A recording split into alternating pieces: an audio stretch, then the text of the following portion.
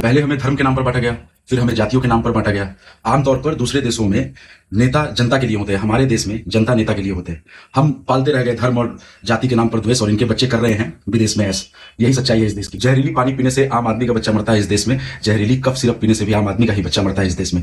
इन नेताओं के बच्चों को कोई फर्क नहीं पड़ता, क्योंकि ये रहते ही हैं विदेश में। ये कहते हैं सरकारी स्कूलों में सुविधाएं बहुत अच्छी है, फिर भी आपने सुना है किसी नेता के बच्चे को सरकारी स्कूल में पढ़ते हुए? या तो वो टॉप इंटरनेशनल स्कूल में पढ़ते हैं, और जब विश्वविद्यालय जाने का समय आता है तो वो विदेश चले जाते हैं, उनको कोई मतलब नहीं है। और हम बटे हैं इस जाति और धर्म में। हमने कभी मुद्दों की बात की ही नहीं है इस देश में। हमने शिक्षा, रोजगार, स्वास्थ्य व्यवस्था, अच्छा कानून, इसकी बात ही नहीं की है। हम तो बस रह गए इसी में उलझे हुए। हम एक जाति विशेष को समर्थन देकर किसी नेता को बनाते हैं, तो क्या उस जाति विशेष के नेता ने, क्या उस धर्म विशेष के नेता ने उस धर्म के लोगों का कल्याण कर दिया? अगर कर दिया होता तो आज भी इस देश में 5 किलो अनाज लेने वाले लोग नहीं होते, गरीबी रेखा के नीचे वाले लोग नहीं होते। आज भी मिडिल क्लास आदमी इस देश में परेशान है, हर इंसान इस देश में परेशान है। और परेशानी की वजह है कि हमने मुद्दों की बात ही नहीं की। जब वोट का समय आता है हम बट जाते हैं जाति में, धर्म में, और हम ऐसे लोगों को चुनते हैं जिनको इसी की राजनीति चलाकर अपनी रोटी सेकनी है। जिनके बच्चे, आपने सुना है कभी किसी नेता के बच्चे ने आईआईटी में अच्छा कर लिया हो, देश के लिए कोई बहुत बड़ा योगदान दे दिया हो, आर्मी में चला गया हो? कभी नहीं। ये कहते हैं देश की स्वास्थ्य व्यवस्था हमने अच्छी कर दी, हमने इतने एम्स खोल दिए, फिर भी आए दिन उस कड़कती ठंड में आपको एम्स के बाहर एक लाइन दिखाई देगी, और वो लाइन आम जनता की है, वो लाइन जो टैक्स पे करते हैं उनकी है।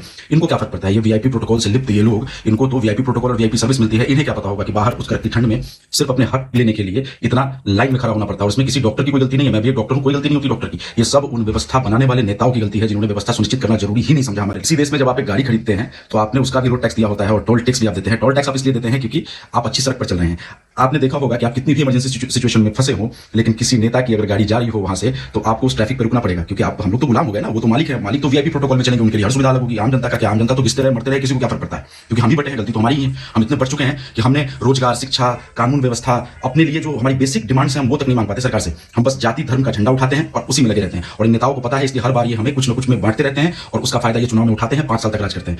हमें यही सोच बदलनी है इस देश की, कि हमें अपने अधिकार जो हमारा होना चाहिए, शिक्षा, रोजगार, हमारी महंगाई, ये सारे मुद्दों पे हमें बात करनी चाहिए। हमें स्वास्थ्य व्यवस्था पे बात करनी चाहिए, हमें अच्छी सड़क पर बात करनी चाहिए।